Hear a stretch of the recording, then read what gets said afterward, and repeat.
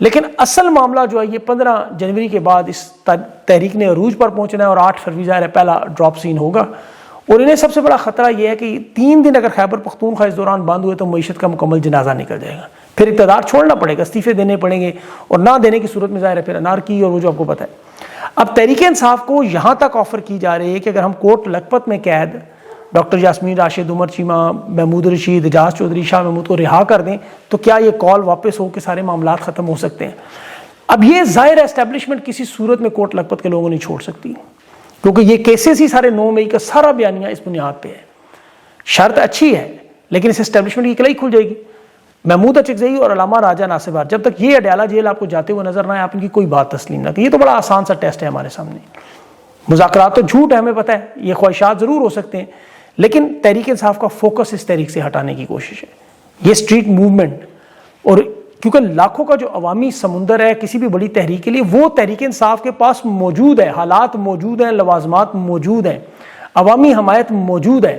ان کے جو پہلے 3 احتجاج تھے وہ اسی لیے ناکام ہوئے کہ علی مین گنڈا پور تھا. اب سہیل افریدی کی صورت میں قیادت کے وہ مسائل نہیں ہیں, اس لیے یہ دفاعی پوزیشن پر بھی نہیں جا رہی.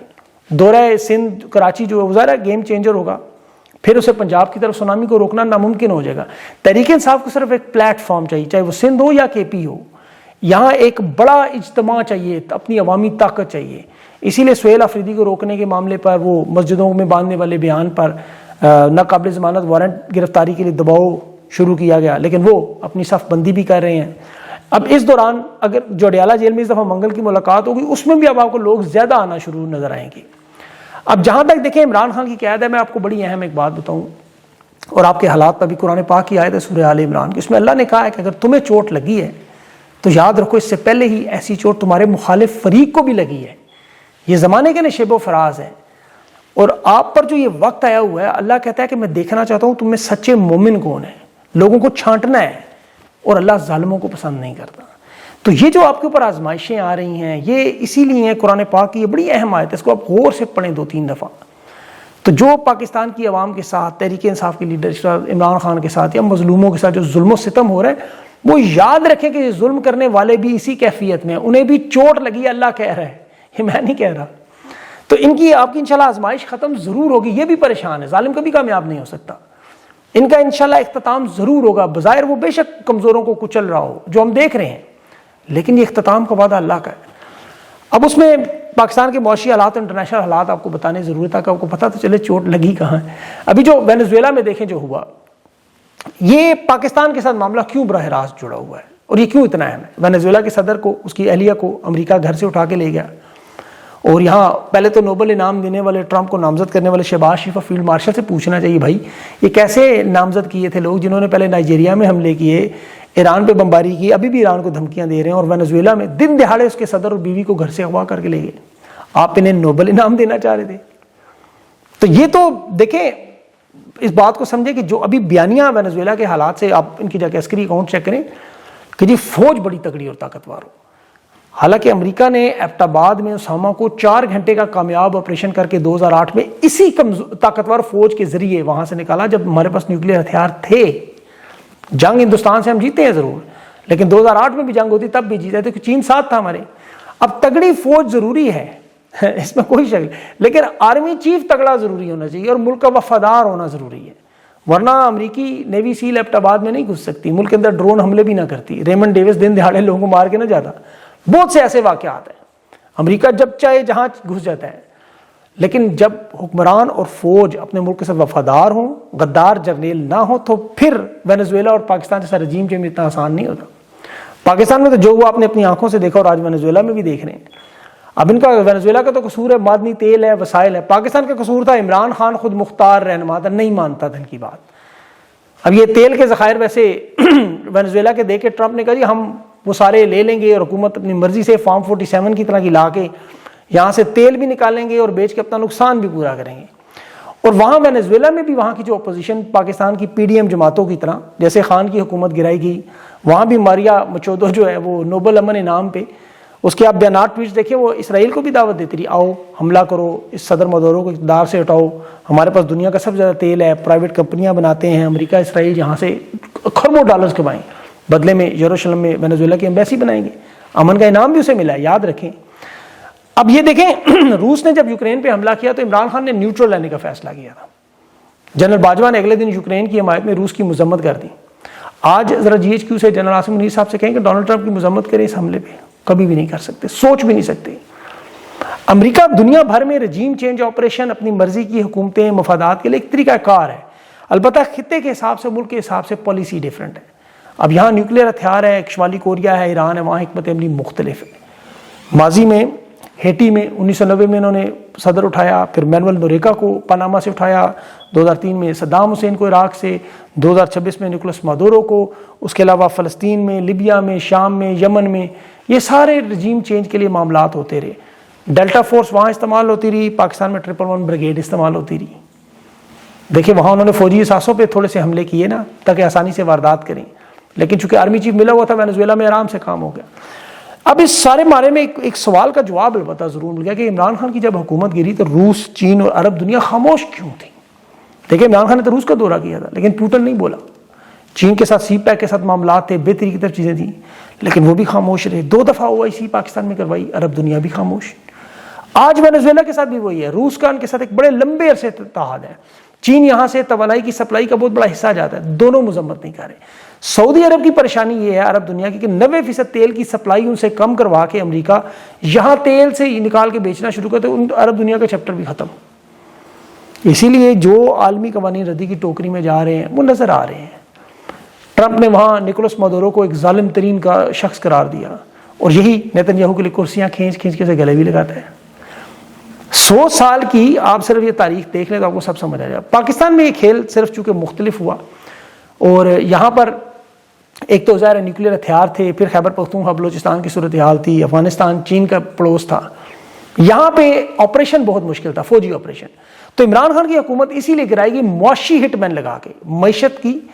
دیکھیں میں کیوں تحریک انصاف کی تحریک کامیابی کی بات کرتا ہوں کہ یہاں امریکی فوج طاقت کے ذریعے قبضہ نہیں کر سکی، لیکن یہاں جس طرح وہ قتل کے لیے اجرتی قاتل ڈھونڈے جاتے ہیں، اسی طرح معیشت کو تباہ کرنے کے لیے باقاعدہ اکنامک ہٹ مین لگائے گئے۔ پھر جس طرح بغیر فوجی طاقت استعمال کے پتھر کے دور میں بنا گولی چلائے پورے ملک پر کنٹرول کرنا، اس کے لیے معیشت کو تباہ کرنا پڑتا ہے۔ یہ اکنامک ہٹ مین کتاب آپ ضرور پڑھیں، یہ جو 3 سالوں میں آپ کے سامنے ہے سارا کتاب میں وہی ہے، بالکل پاکستان کے اوپر۔ جیسے عمران خان جنرل باجوہ کو منع کرتا تھا نا معیشت کو نہ چھیڑو، لیکن وہ آیا اسی لیے تھا معیشت تباہ کرنے۔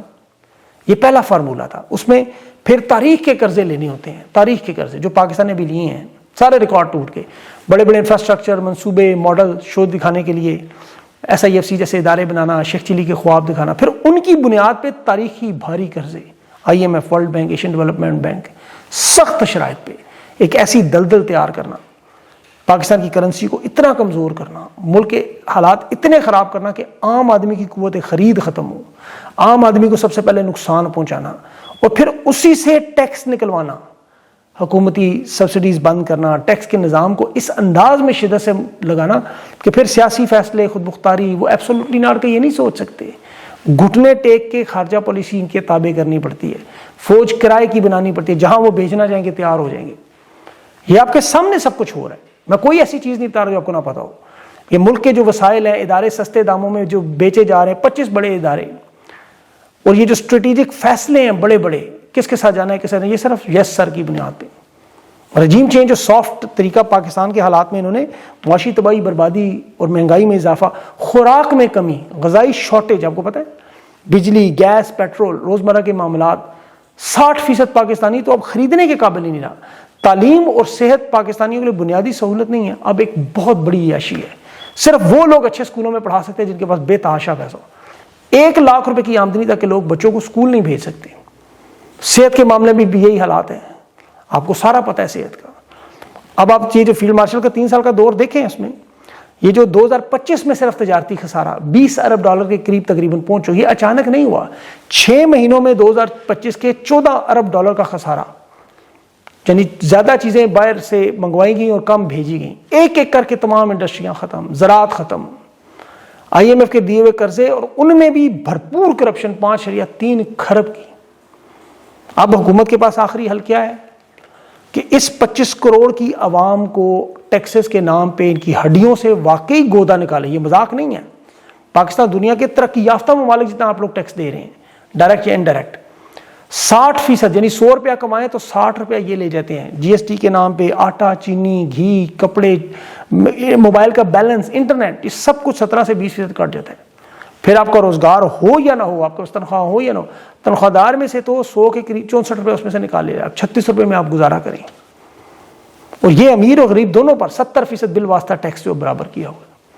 اب یہ جو 13 کروڑ آپ لوگ خطے غربت سے نیچے جا چکے ہیں، آپ دیکھیں کہ پنجاب حکومت کے پاس اس وقت آمدنی کا کوئی ذریعہ نہیں ہے۔